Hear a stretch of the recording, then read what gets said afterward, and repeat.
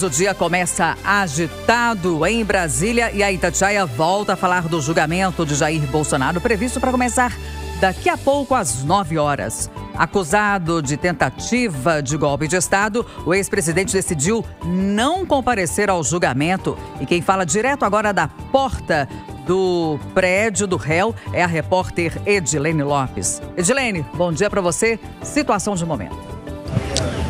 Bom dia, Kátia. Bom dia, Eustáquio. Bom dia aos nossos ouvintes. Aqui na porta do condomínio do ex-presidente Jair Bolsonaro, Solar de Brasília, que fica a exatamente 18 quilômetros do Supremo Tribunal Federal, a movimentação de jornalistas é grande, mas por enquanto não há apoiadores do ex-presidente Jair Bolsonaro. Pela apuração da Itatiaia, lideranças bolsonaristas de todo o Brasil, entre deputados estaduais, vereadores e, claro, os deputados federais e senadores, estão concentrados aqui na capital federal. Alguns hotéis e flats, que são lugares frequentes de hospedagem de políticos, estão lotados com a presença daqueles que vieram dar um apoio moral ao ex-presidente Jair Bolsonaro.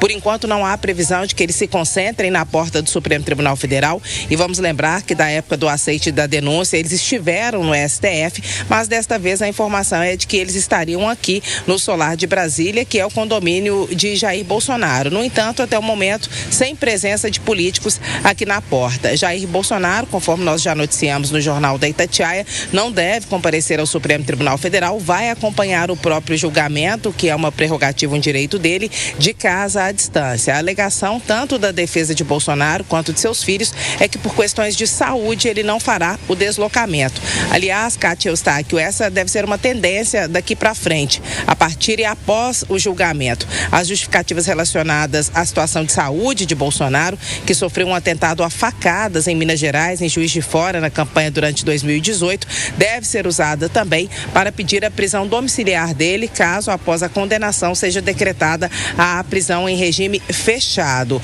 Jair Bolsonaro tem várias complicações de saúde e sequelas em função desse ataque a facadas que ele sofreu. Então, para flexibilizar a condenação, muito possivelmente a defesa deve usar essa justificativa, essa argumentação em relação à situação de saúde de Bolsonaro. Vamos lembrar que politicamente, caso ele seja preso, condenado a regime fechado, essa pode ser uma situação não tão negativa para Bolsonaro, porque para a base dele, a revolta completa vem com uma prisão do ex-presidente. Se isso acontecer politicamente, pode haver uma capitalização por parte de Jair Bolsonaro. Vamos lembrar que o ex-presidente Lula também esteve preso, ficou por 1 ano e meio na cadeia e saiu desse processo mais forte, tanto que depois se tornou presidente da República. Muitos se perguntam se em 2026 Bolsonaro poderá ter revertido a sua situação judicial. Muito possivelmente não. Isso porque, se for condenado e o trânsito em julgado for rápido e ele for preso ainda neste ano, as eleições de 2026 estarão há exatamente 12 meses.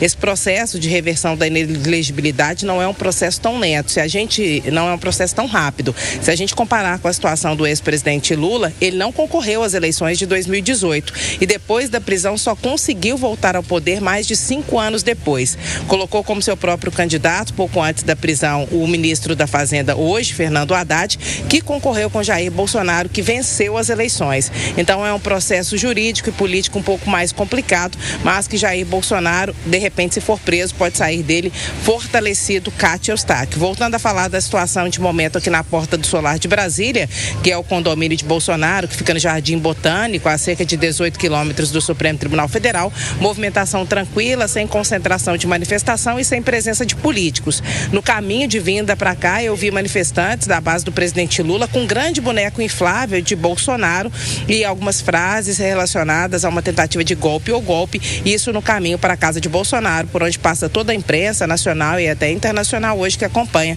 o julgamento no STF, que começa nesta terça-feira e termina na sexta-feira da semana que vem. Kátia e Eustáquio. Obrigado, Edilene Lopes.